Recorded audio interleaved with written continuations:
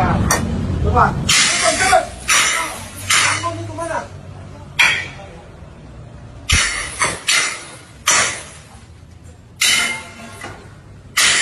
Udah.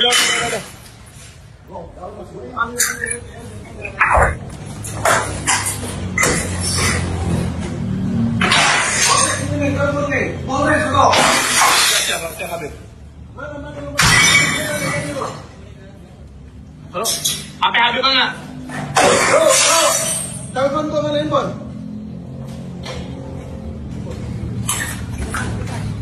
Bukan pun Bang Dandi. LT orang ada di sini LT. Bangsat. Panggil aku, sekarang. Mana LT? Anjing lu. RT-nya mana RT? Udah gua di sini, satu orang abang bayar. Saya kerja. Kerja, lu kerja bikin miras mudah masalah kasih anjing. Saya nggak tahu. Saya posisi saya nggak tahu. Jangan ngomong nggak tahu, jangan ngomong nggak tahu. Masih kira. Saya posisi kerja. Udah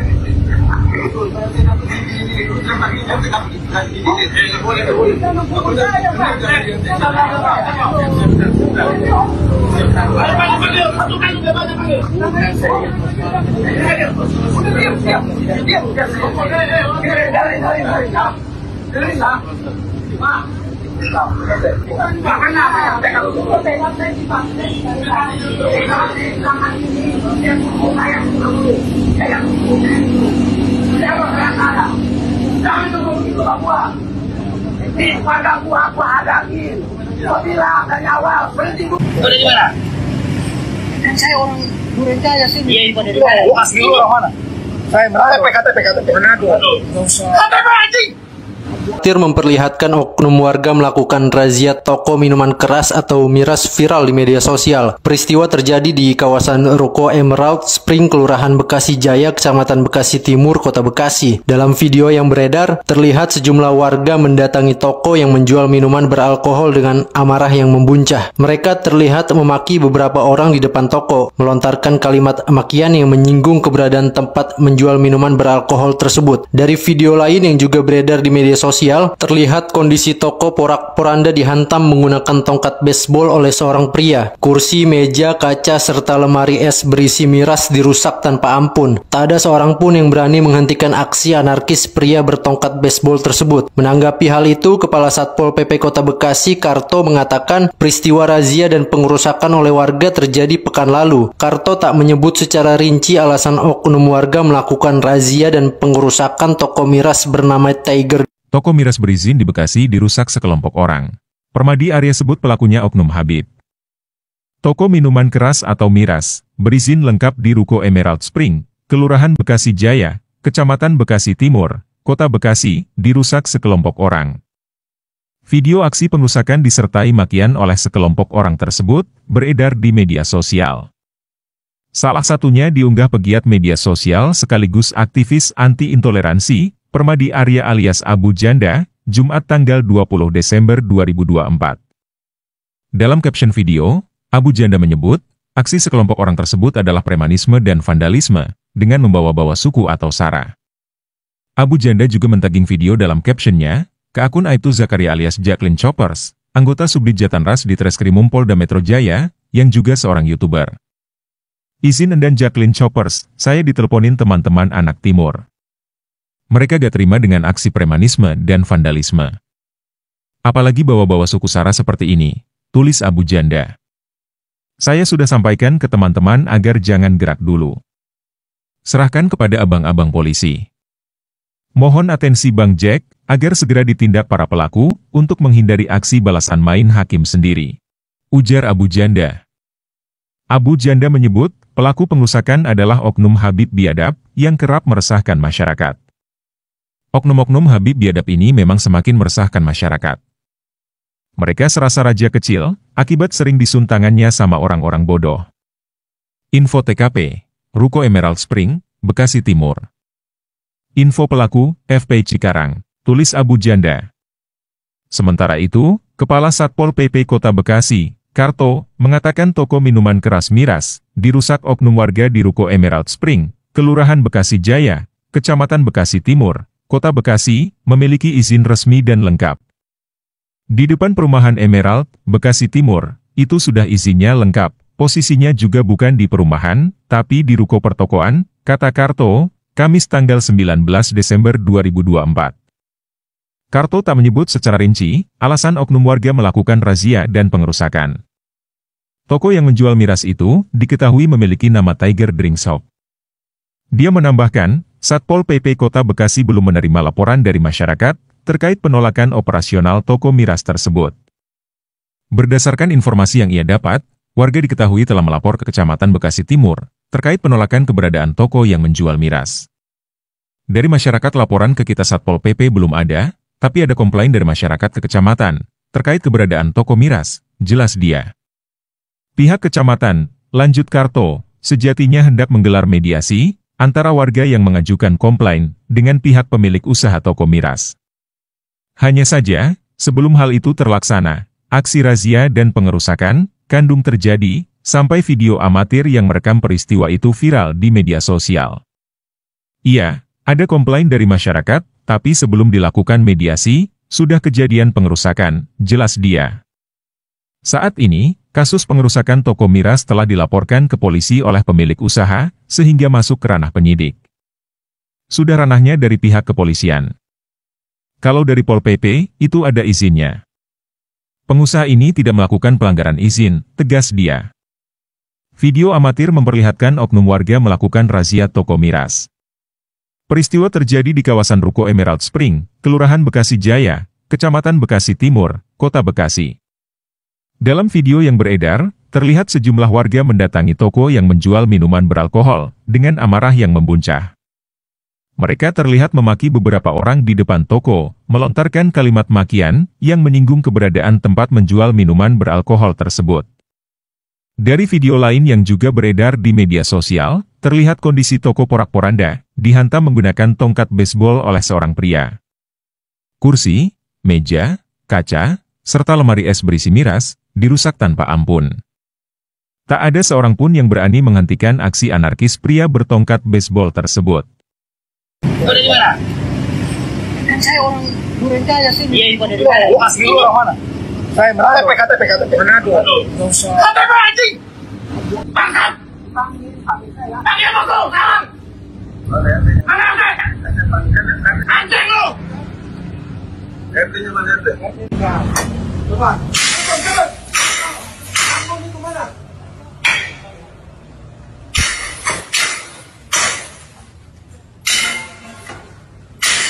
Udah.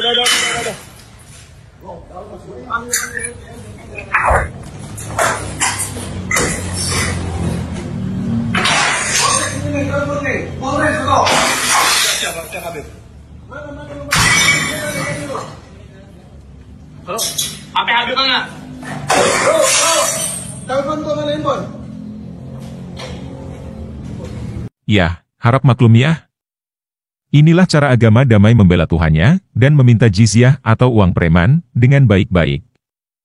Luar biasa. Bicara episode kedua nih dalam logika Kumaila ya.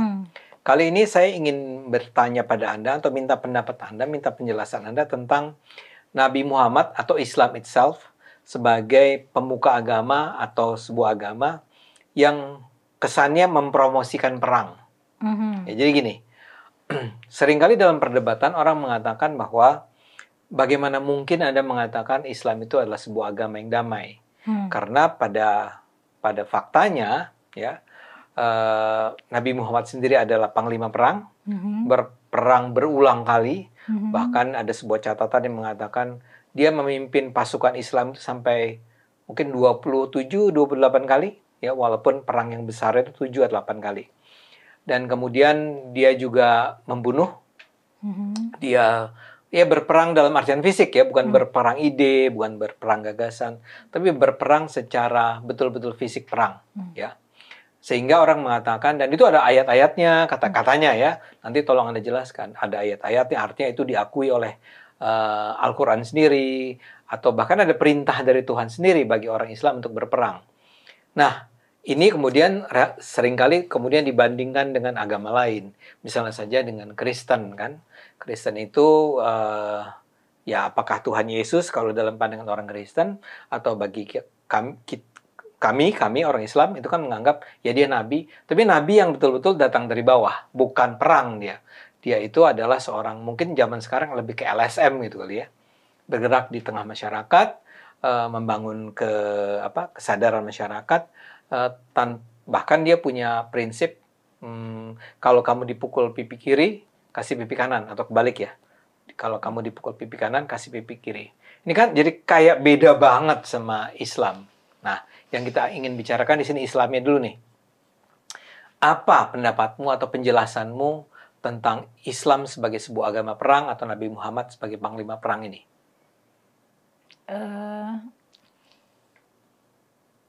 Ini pertanyaannya berat banget ya. Cuman mungkin kita harus, yang paling penting dari semuanya tuh kita lihat konteks budaya, konteks sosial, konteks zaman lagi pas awal-awal Islam muncul. Ketika aku bilang awal Islam muncul itu berarti ketika Nabi menyebarkannya ya. Gitu. Ya. Itu ketika Nabi Muhammad yang menyebarkannya kan, soalnya nanti ada yang argumen Islam itu udah dari Nabi Adam gitu. Nanti ada yang komentar gitu. Kita nggak masuk yang itu. Ya, ketika aku bilang awal Islam itu berarti ketika awal Nabi menyebarkan Islam. Ya. Nah, konteks zamannya beda. Ketika lagi zaman Nabi, yang namanya perang suku itu biasa. Perang suku ya? Perang suku itu biasa. Okay. Karena kehidupan mereka tuh memang sangat tribal. Jadi apa itu tribal? Suku, sangat kesuku-sukuan. Kan belum ada negara, belum ada pemimpin negara. Ini abad ke-7 ya kira-kira. Betul, jadi masyarakat tuh masih hidup berkelompok dalam satu suku. Nah, Islam dalam penyebarannya memang ada yang melalui diplomasi gitu ya. Jadi, akhirnya ada suku yang ngikut, tapi ada juga yang pakai kekerasan emang gitu. Kayak perang, kalah, terus ya udah di bawah bendera keislaman gitu, di bawah payung keislaman itu ada gitu. Tapi kan Islam sendiri secara etimologi artinya bisa damai, artinya bisa berserah diri. Jadi memang brandingnya tuh agama damai. Oke. Jadi tapi bagaimana mungkin ya kita mengatakan dia adalah sebuah agama damai, sementara tadi Mela sendiri menyebut nih, ya, dia menundukkan lawan-lawannya dengan menggunakan kekerasan. Itu kan jadi kontradiktif dong. Kalau misalnya kita melihatnya dengan kacamata modern sekarang gitu ya, di mana perang itu bukan norma, kita akan ngelihat ini nggak benar nih. Nah, tapi saat itu mah tidak jadi kontroversi. Maksudnya Nabi melakukan banyak perang itu tidak dimasalahkan oleh masyarakat pada saat itu. Karena menurut kacamata moral orang saat itu ya itu normatif gitu. Banyak-banyak perang itu ya nggak apa-apa, biasa. Dan kalaupun misalnya bukan Islam perang untuk supaya powerful dan dominan, bangsa-bangsa lain, maksudnya suku-suku lain juga berperang gitu. Ya tapi kan kemudian kan Islam itu diturunkan bukan hanya untuk masyarakat Arab pada abad ke-7, ya. Ajaran-ajaran Islam itu kan sampai sekarang disebarkan pada abad 21. Sementara kita tidak lagi menjadi orang-orang yang percaya bahwa itu adalah sebuah hal yang normal. Perang itu nggak normal. Iya, itu makanya jadinya penyebaran Islam yang versi modern sekarang itu sudah dimodernisasi. Kalau penyebaran Islam zaman Nabi masih ada kebutuhan agresi karena Islam itu kan budaya baru ya. Budaya baru. Maksudnya melawan apa? Jadi normanya adalah masyarakat itu politeis, punya banyak Tuhan, Aslinya nih ya. penyembah berhala ya. Native-nya tuh begitu dan normanya begitu. Nah, Islam itu adalah norma baru. Konsep tauhid itu norma baru. Dan ketika mengenalkan norma baru ke masyarakat yang umumnya tidak memegang konsep itu, wajar kalau terjadi resistensi, wajar kalau terjadi konflik. Nah, karena punya kebutuhan untuk mempertahankan identitas Islam, dan punya kebutuhan untuk meluaskan, ya jadinya konflik itu semacam tidak terhindar ya di situ. Gitu. Oke, taruhlah konflik tidak terhindar. Tapi kita gunakan contoh Yesus, Nabi Isa, ya. Nabi Isa itu memilih untuk ya nggak usah perang lah, kita sebarkan dengan nilai kasih, ya. Orang diharapkan untuk secara perlahan itu akan menerima ajaran-ajaran dari Tuhan dengan cara yang damai, yang halus, yang smooth. Pertanyaan saya begini, kenapa Nabi Muhammad ketika itu, dan sementara Nabi Muhammad ini bukan seorang nobody ya, dia itu somebody di Mekah waktu itu, iya kan? Betul nggak saya? Ya. Kenapa dia tidak menyebarkan itu dengan gagasan aja, dengan ngajak bicara, ngajak dialog, gitu ya? Aku tidak tahu secara detail ya gimana konteks sosial di tempat Yesus tumbuh ya di Yerusalem. Maksudnya saat itu tuh apakah mereka dikit-dikit perang. Itu yang ketika Bang Ade bilang Nabi itu perang sampai 27 atau 28 kali. Itu juga dalam waktu yang sangat singkat, mungkin dalam span waktu 20 tahun gitu. Hanya dalam 20 tahun? Iya, jadi tiap tahun perang, ada yang setahun 2 kali gitu. Memang seproduktif itu perangnya karena ya normatif. Itu normatif. Nah, aku nggak tahu, bisa jadi Yesus itu bisa bertahan sebagai pasifis karena normanya memang masyarakatnya tidak seagresif di Arab mungkin ya. Ini aku tidak tahu secara detail konteksnya.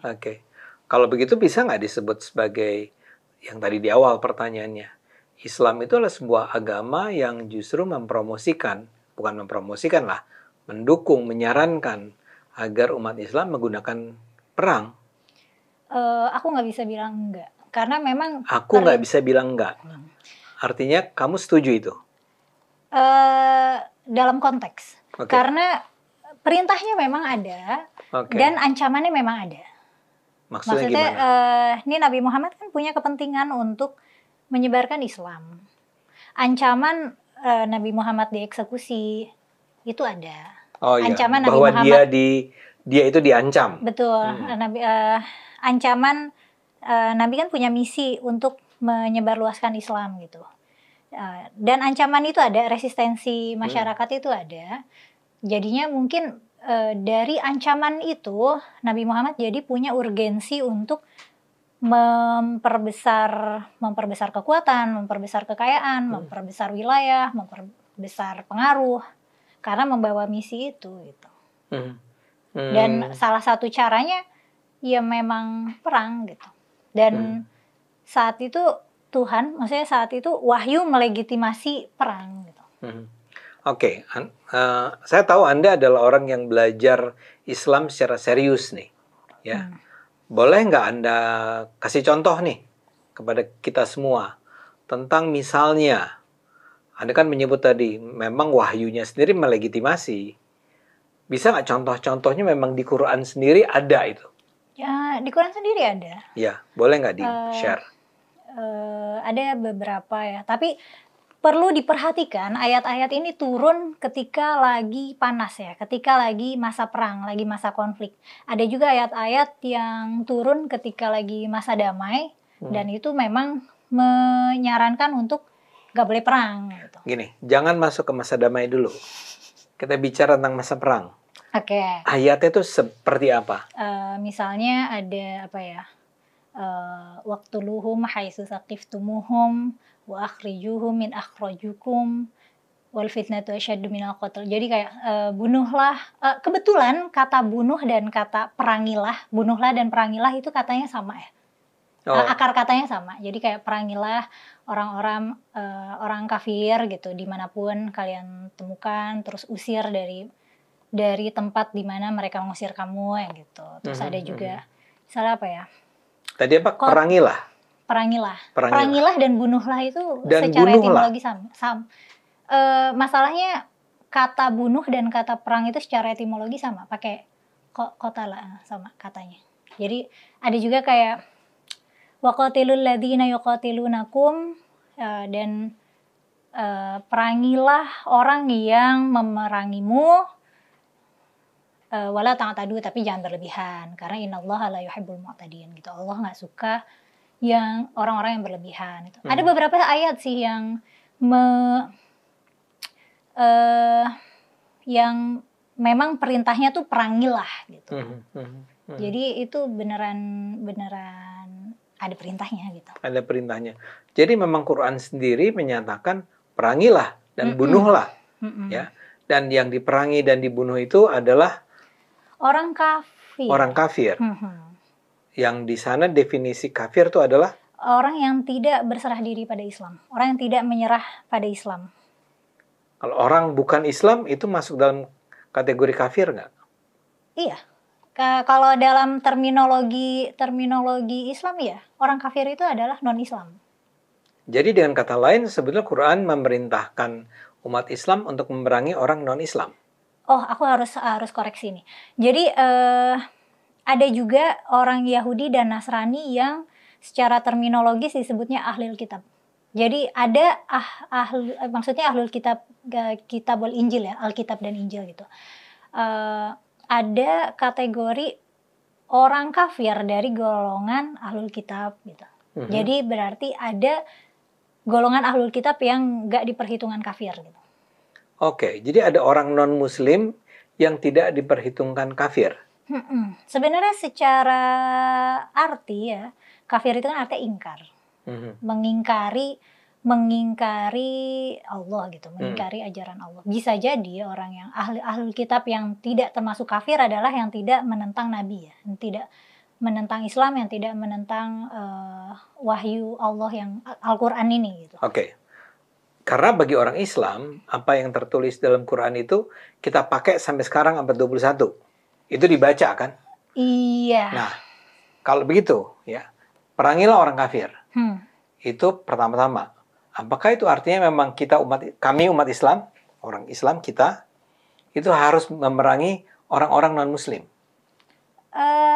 Nah ini salah satu apa ya? Aku ada pernah ngontenin ini tentang aku menentang konsep Al-Quran itu adalah kitab pedoman sepanjang masa. Bukan. Iya, karena memang meskipun orang-orang bilang begitu, sebenarnya Al-Quran itu nggak bisa jadi pedoman sepanjang masa. Kenapa? Banyak yang sudah kadaluarsa konteksnya. Kan kita udah nggak hidup bersuku-suku di mana kita kalau nggak nyerang kita diserang gitu. Dan kalau misalnya kita masih pakai narasi Quran, seolah-olah tuh musuh Islam secara konsep tuh ada terus gitu. Makanya orang terbatas dalam observasiku, orang Islam nih kadang punya ilusi kalau mereka tuh punya musuh gitu. Wah ini nih Yahudi, Kristen, ini musuh Islam gitu. Amerika musuh Islam, apa musuh Islam. Jadi masih pakai mentalitas perang. Padahal sudah tidak kontekstual. Kita kan sudah hidup, udah ada konstitusi negara, udah ada PBB, jajah-jajahan itu udah nggak boleh ya, meskipun dalam prakteknya masih ada gitu, tapi ada hukum tertulisnya gitu loh, udah nggak boleh lagi gitu. Ekspansi kan udah nggak boleh lagi, invasi udah nggak boleh lagi gitu. Ya meskipun masih terjadi ya, tapi kan ada hukum internasional yang menaungi itu. Kok dulu kan nggak ada. Jadi malah dibanding mengikuti, kalau misal urusan perang ya, dibanding mengikuti aturan perang dalam Al-Quran, mending patuhi hukum internasional yang sudah berlaku.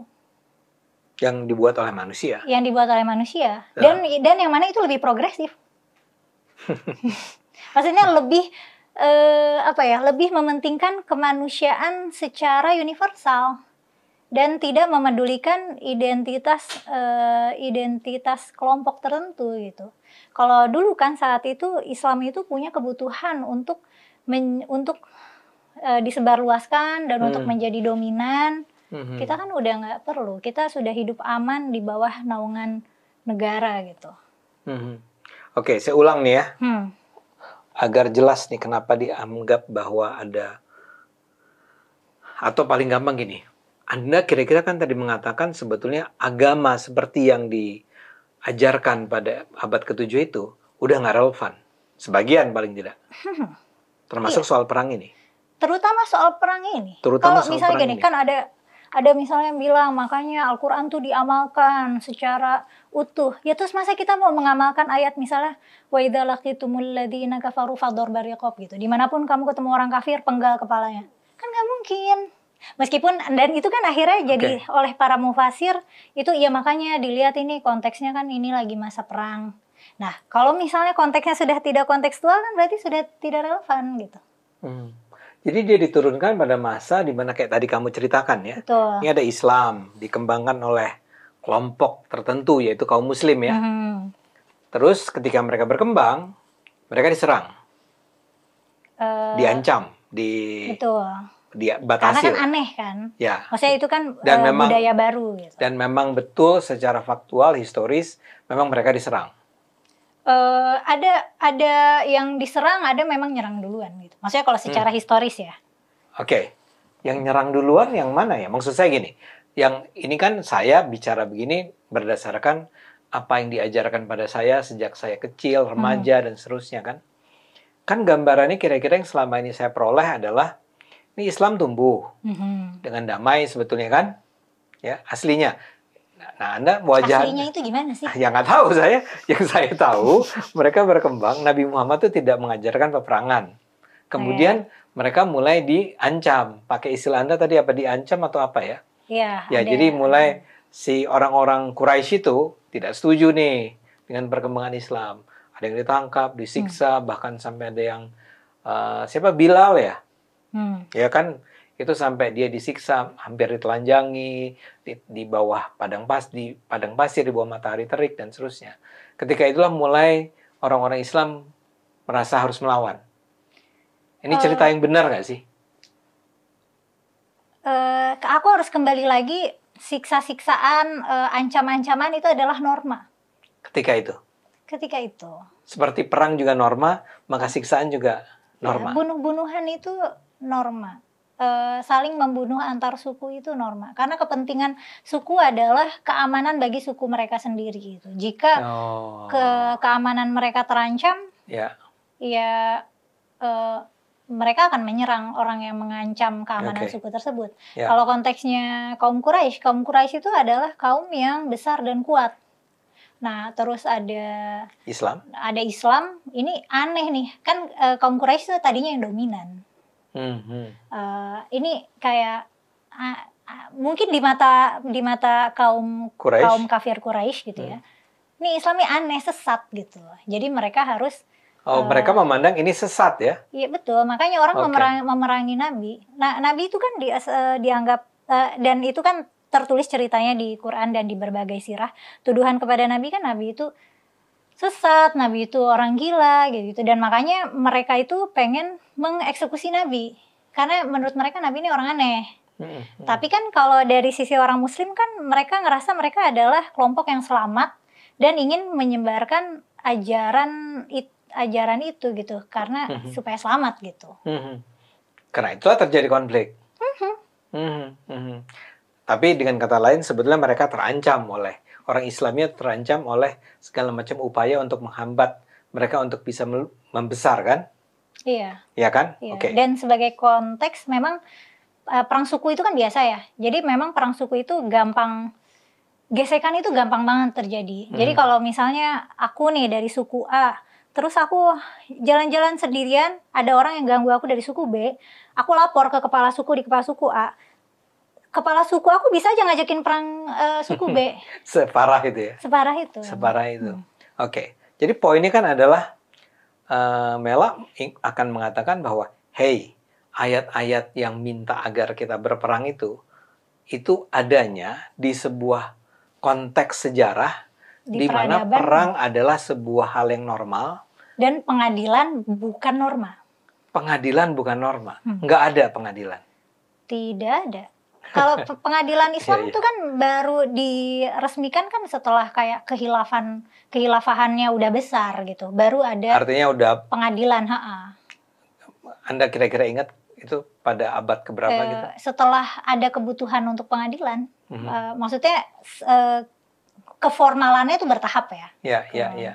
Jadi aturan-aturan semacam itu belum ada di masa abad ke-7 itu ya? Ada tapi belum formal. Belum formal, ya. Jadi sangat wajar, Anda mau bilang gini, sangat wajar kalau ketika itu ya memang diperintahkan untuk ya lawan orang-orang yang mengancam kamu itu. Sebetulnya itu adalah perintah kepada orang-orang Islam yang pada saat itu hidup dalam suasana peperangan. Iya, di dalam dunia yang keras. Dalam dunia yang keras. Dengan kata lain nih, kelanjutannya, ketika sekarang ini sudah tidak lagi terjadi, kita harus akui biar bagaimanapun ada perang, tapi ada aturan internasionalnya. Biar bagaimanapun ada perang, dilarang satu kelompok menyerang kelompok yang lain. Gitu kan? Jadi dengan kata lain, aturan-aturan mengenai itu di masa ini sebetulnya bisa dikatakan tidak relevan. Tidak relevan. Jadi jangan dijadikan pedoman hidup, tapi dilihat sebagai referensi sejarah aja. Kayak oh di Quran tuh ada perintah perang gini-gini, itu dijadikan catatan sejarah aja. Oh berarti Nabi dan pengikutnya saat itu diperintahkan perang. Ya Dan melawan. Memang kayak dilihat sebagai cerita aja, sebagai cerita sejarah. Tapi jangan dijadikan pedoman, ngapain gitu. Aneh kalau misalnya ini agak menyeramkan kalimat ngapain gitu. Iya, karena misalnya terus aku bawa golok gitu. Terus aku, kamu kafir, bacok gitu. Terus nanti tiba-tiba bacok orang kafir kan konyol. Karena perintahnya begitu ya? Iya, nanti terus masa aku pakai alasan aku kan menaati Al-Quran gitu. Karena Quran bilang carilah atau bila kamu dimanapun bertemu ya, dimana bertemu misalnya bacok gitu. Nah, bunuh ya. Karena maka dari itu biasanya ulama-ulama dan mufasir Muslim kan mengkontekstualisasikan gitu, ngasih tahu ini tuh konteksnya lagi perang. Kalau sekarang nggak boleh. Tapi kan ketika itu dikontekstualisasikan berarti itu kan informasi bahwa itu udah out of context, udah nggak relevan sama konteks kita. Gitu. Ya ini menurut saya menjadi penting kita melihat Anda tuh mengajak kita untuk berpikir bahwa hey, yang namanya kitab suci Al-Quran yang kita anggap atau kami anggap nih artinya orang-orang yang percaya. Sebenarnya bukan kitab suci Al-Quran doang. Kitab suci apa aja? Tahu nggak sih, Bang Ade, perang kan sekarang lagi ada konflik Israel Palestina. Yeah. Orang-orang yang pro Israel itu mereka juga ngutip ayat suci loh. Mereka masih pakai alasan-alasan orang-orang terpilih, tanah yang dijanjikan. Padahal itu konteks zaman Nabi Musa, yang mana Nabi Musa sendiri adalah figur ahistoris. Lebih dari 20 abad yang lalu kalau dia ada. Betul. Yeah. Dan itu kan cara berpikir yang ngaco ya. Maksudnya pijakan faktanya nggak gitu. Kalau misalnya kamu mau mencari moral grounding, ya pakailah konteks sekarang gitu. Iya. Moral groundnya boleh. Oke. Apa sih ajaran moral dari kitab suci? Ada dong. Bahwa you are not supposed to gitu loh. Kamu nggak boleh menindas orang hanya karena keyakinan mereka gitu kan bisa. Lagi-lagi secara konteks. Karena tadi kita nemu ada ayat-ayat yang boleh menindas orang karena keyakinannya beda. Yang mana yang bunuh orang kafir. Iya. Tapi kan kira-kira gini, kalau saya bilang, ya konteksnya ketika itu ada orang-orang kafir yang mengingkari Tuhan itu bersikap kejam terhadap kita. Maka lawanlah mereka. Tapi ajarannya itu adalah, kalau kamu itu dilarang, kamu tuh nggak boleh melarang orang lain berbeda keyakinan dengan kamu. Bisa nggak itu sebagai ajaran moralnya? Tergantung, karena zaman Nabi sendiri kan murtad itu hukumannya bunuh.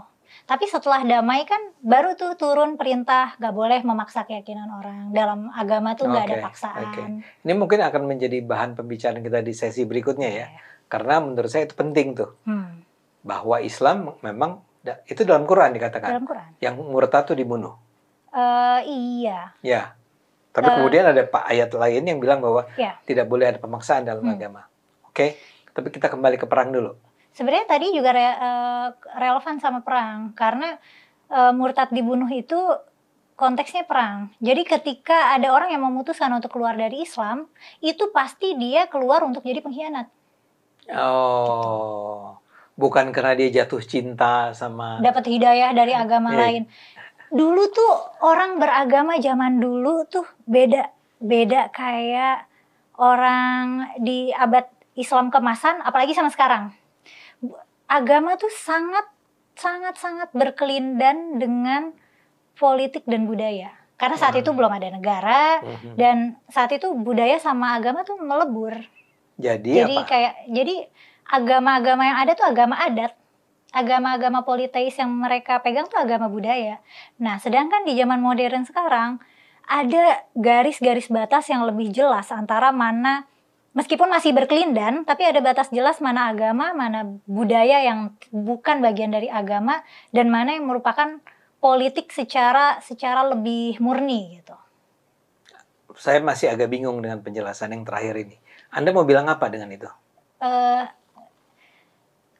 Agama Islam di awal-awal penyebarannya itu politik, kayak hampir jadi kalau diagram Venn kayak hampir bertumpukan secara persis antara politik dan agama. Iya, Oke. karena kan implikasinya juga penyebaran wilayah, distribusi kekayaan, kebijakan-kebijakan yang berlaku. Jadi sangat politik. Sangat politis, betul. Karena Nabi itu kalau perang, kalau habis mengalahkan Bani apa gitu, nanti kan yang kalah jadi tawanan.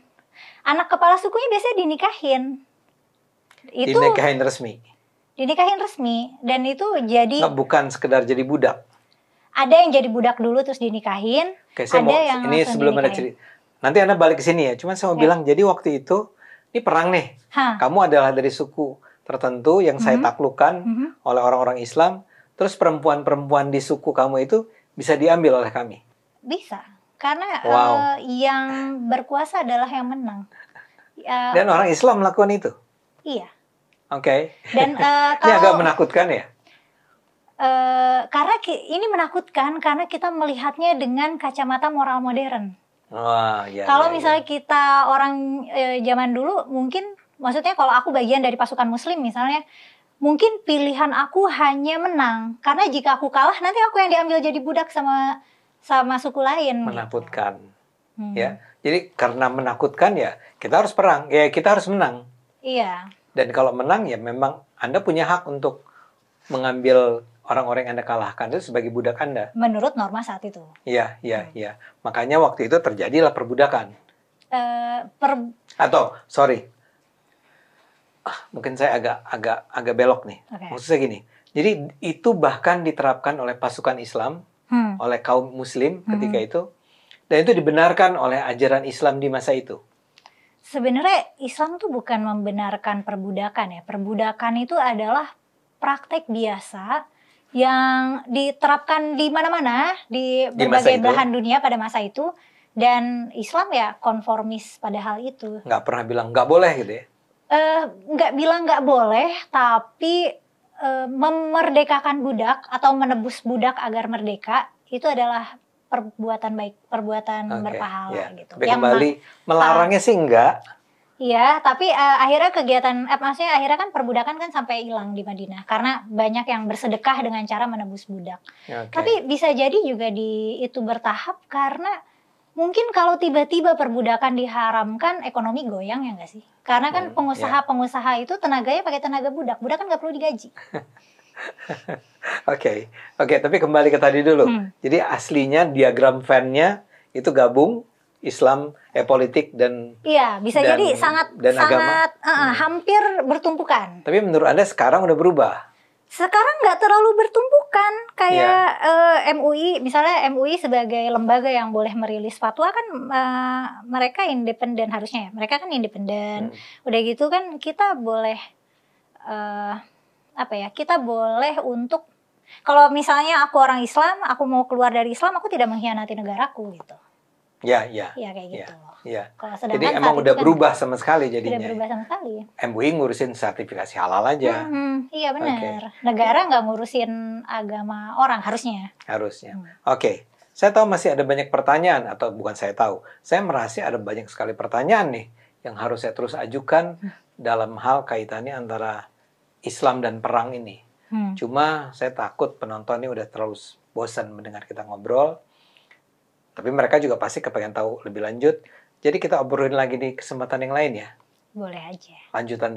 Kelanjutan dari pembicaraan kita, termasuk misalnya saya ingin tanya tentang apa? Perbudakan, pernikahan Nabi. Bukan. Islam itu tadi kan di awal kita bicara tentang kayaknya nggak mungkin lah kita bilang Islam itu sebuah agama damai ya. Kalau sekarang, Kalau sekarang dengan reinterpretasi dan rekontekstualisasi yang diupayakan oleh ulama-ulama modern yang pro kemanusiaan dan perdamaian, harusnya bisa. Oke. Anda harus dengar apa yang Anda katakan nih. Setelah melalui reinterpretasi dan rekontekstualisasi, ada kata re. Ya. Jadi dengan kata lain, aslinya agama ini bukan agama damai. Tapi setelah melewati reinterpretasi dan rekontekstualisasi, reinterpretasi itu penonton adalah interpretasinya dikaji ulang, dilihat ulang, ditinjau ulang. Rekontekstualisasi tadi, yang lama itu dibawa ke yang baru di era yang sekarang dan dibaca dengan bingkai kacamata yang sekarang. Bisa dibilang begitu kan? But at first, awalnya, ini nggak bisa dibilang sebagai agama yang damai, because dia berperang di mana-mana. Berapa kali? 27 dalam waktu 20 tahun. Karena bisa jadi tanpa invasi dan ekspansi, bisa jadi takutnya nggak terlalu laku. Maksudnya penyebarannya tuh nggak akan semasif itu. Iya. Apapun. Iya, Saya mau bilang bahwa kan orang sering mengatakan enggak, Islam menyebar dengan damai. Enggak, kata Kumaila, seorang yang belajar tentang agama dan sudah menjadi hafiz Al-Quran sejak usia 10, 11, 12. Ini nih orang yang belajar Quran beneran bilang enggak dong. Ya karena ya itu kan berlawanan dengan fakta sejarah. Kan fakta sejarahnya mengatakan bahwa menyebar dengan peperangan. Perang tuh terjadi. Ya. Gitu. Dan Nabi Muhammad adalah panglima perang. Iya. Ya. Tapi biasanya kan orang-orang Muslim bilangnya, dan emang misalnya kayak somewhat true kalau perangnya justified, tapi karena itu Nabi punya keperluan untuk menyebarkan Islam. Iya. Mungkin kalau Nabi saat itu memutuskan untuk jadi penyembah berhala juga, ya mungkin nggak perlu ada resistensi perang, ya nggak perlu ada. Ya, untuk tujuan penyebaran Islam, perang dilakukan. Dan panglimanya adalah Nabi Muhammad. Oke? Kita sepakat ya? Ya itu kan bukan kesepakatan, itu kan fakta yang bisa diverifikasi. Ya, kita sepakat untuk menganggap itu sebagai fakta yang bisa diverifikasi. Oke ya? Itu bukan kesepakatan. Oke. Itu terlepas dari kita sepakat atau tidak, fakta tetap fakta. Iya, itu adalah fakta. Ini penonton tentu saja masih banyak yang mau ditanyakan nih, dan Anda bisa kirimkan di kolom komentar nih. Tanyain ini juga ini dong. Tapi untuk sementara kita ngomong dulu tentang kaitannya antara Islam dan violence ya. Islam dan kekerasan. Karena menurut saya ini relevan sekali untuk ditanyakan dalam sebuah diskusi di abad 21 di Indonesia. Tapi kita berhenti dulu ya penonton. Kita tunggu lagi pembicaraan dengan Kumaila dalam logika Kumaila minggu depan. Oke? Benar ya, janji ya? Insya Allah. Amin. Oke, sampai ketemu di pertemuan berikutnya. Thank you, Mela. Thank you banget. Sama-sama. Ya, saudara terkasih dalam Tuhan Yesus, kita semua telah menyaksikan bagaimana kembali bangkitnya FPI yang merupakan organisasi garis keras Islam di Indonesia yang dikenal sebagai organisasi yang menerapkan ajaran Islam secara radikal dibandingkan dengan Muhammadiyah dan juga Nahdlatul Ulama. Kembali seperti yang Bapak Ibu saksikan di depan, di mana FPI kembali berulah dengan aksi anarkis menyerang toko minuman ilegal dan juga tanggapan dari Ade Armando yang memberikan argumen tentang bagaimana agama Islam itu disebarkan yang sebenarnya. Kiranya video ini memberikan edukasi yang baik kepada kita semua untuk melihat ajaran mana yang patut untuk diikuti. Demikianlah, Tuhan Yesus memberkati dan shalom untuk kita semua.